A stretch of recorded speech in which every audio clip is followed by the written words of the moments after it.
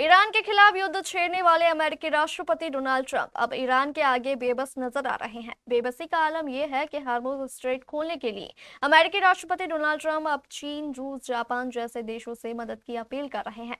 ऐसे में बड़ा सवाल यह है कि आखिर चीन रूस से किस तरह की मदद मांग रहे हैं ट्रंप। इस खबर से जुड़ी पूरी जानकारी देखिए इस रिपोर्ट में।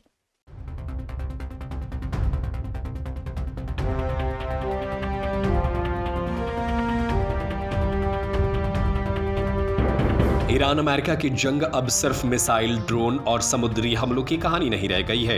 यह ताकत, तेल और ग्लोबल पॉलिटिक्स की ऐसी शतरंज बन चुकी है जिसमें अमेरिका खुद अजीब मोड़ पर खड़ा दिखाई दे रहा है। ईरान से लड़कर अमेरिका का ये हाल है कि वह अपने दो दुश्मनों चीन और रूस के सामने गिड़गिड़ा रहा है। अमेरिका ने कभी रूस के तेल को यूक्रेन युद्ध की फंडिंग बताकर उसे खरीदने पर रोक लगा दी थी, लेकिन अब उसी अमेरिका ने बढ़ती तेल कीमतों को हॉर्मुज संकट के कारण रूसी तेल खरीद पर आंशिक छूट दी है।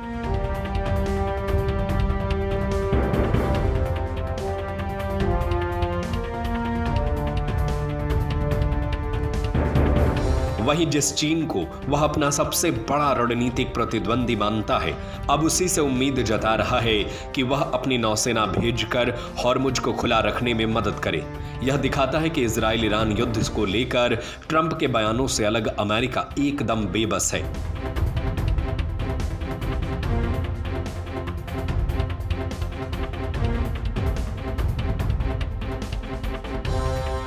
अमेरिकी राष्ट्रपति डोनाल्ड ट्रंप ने कहा कि कई देश अमेरिका के साथ मिलकर हॉर्मुज जलडमरू मध्य में नौसैनिक तैनाती कर सकते हैं ताकि तेल जहाजों की आवाजाही सुरक्षित रखी जा सके।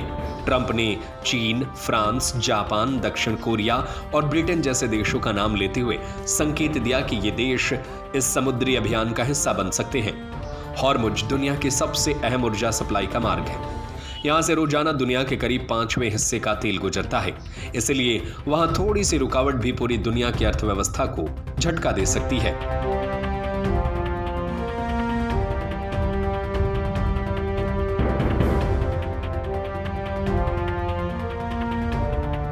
ट्रंप के इस बयान के बाद ईरान ने मौके पर चौका मारने की कोशिश की। ईरान के विदेश मंत्री अब्बास अरागची ने एक्स पर बेहद तीखा तंज कसते हुए लिखा कि अमेरिका का कथित सुरक्षा छाता जगह जगह से छेद वाला साबित हुआ है, जो सुरक्षा देने के बजाय मुसीबत बुला रहा है। उन्होंने कहा कि अब अमेरिका दूसरों से, यहां तक कि चीन से, हॉर्मुज को सुरक्षित बनाने में मदद मांग रहा है। अरागची ने पड़ोसी देशों से अमेरिकी सैन्य अड्डों को भी बंद करने की अपील की। आसान भाषा में कहें तो तेहरान यह दिखाना चाहता है कि कुछ ही दिनों की लड़ाई में उसने अमेरिका को उस हालत पर ला दिया जहां उसे अपने विरोधियों की तरफ देखना पड़ रहा है।